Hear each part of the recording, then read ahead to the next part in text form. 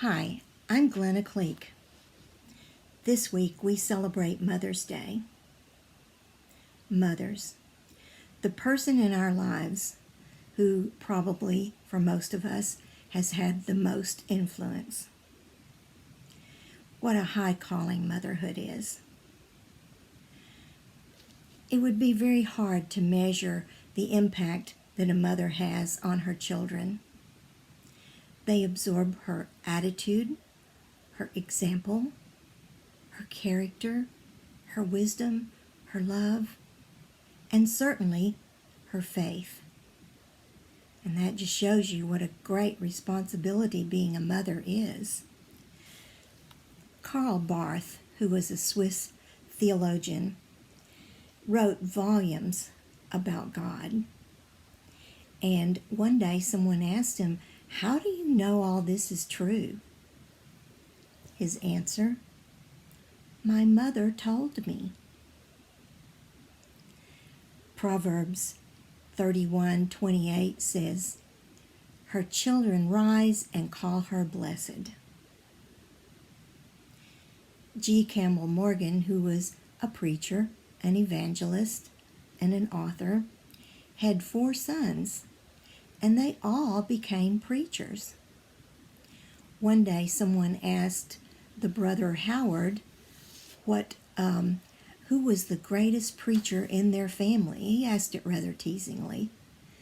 And Howard, without hesitating at all, said, "Mother."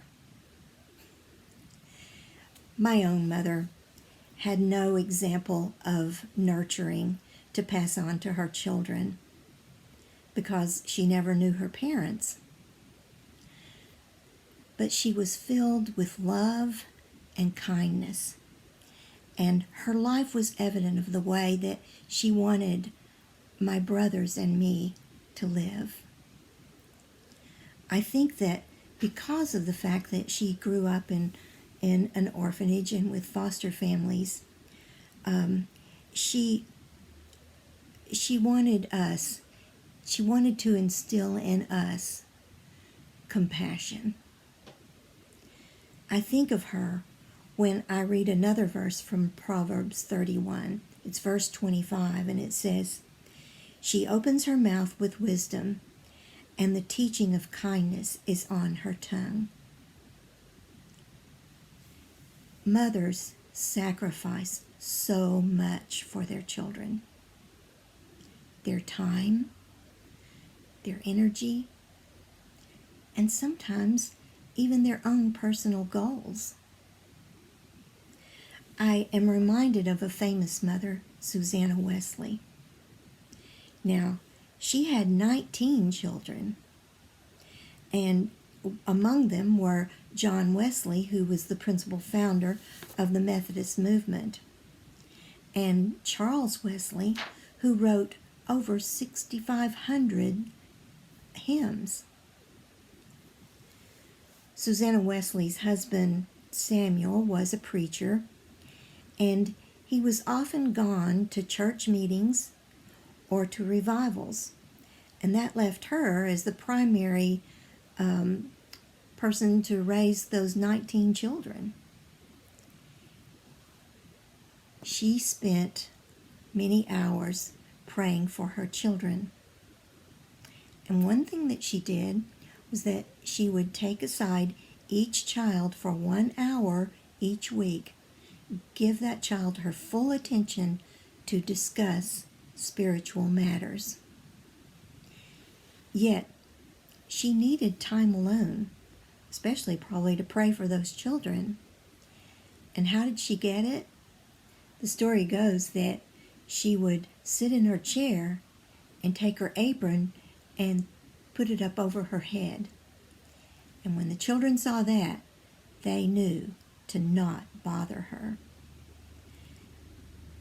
When we read in Galatians 5:22 through 23 about the fruits of the Spirit, it surely seems that Susanna Wesley was led by the Spirit of God.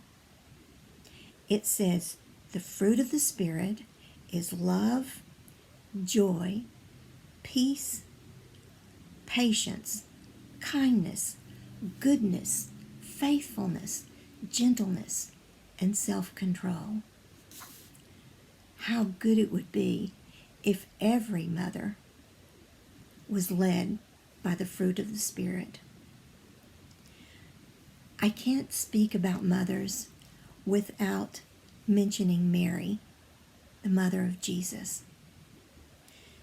She gave birth to Jesus, and then she saw him die on the cross as her Savior.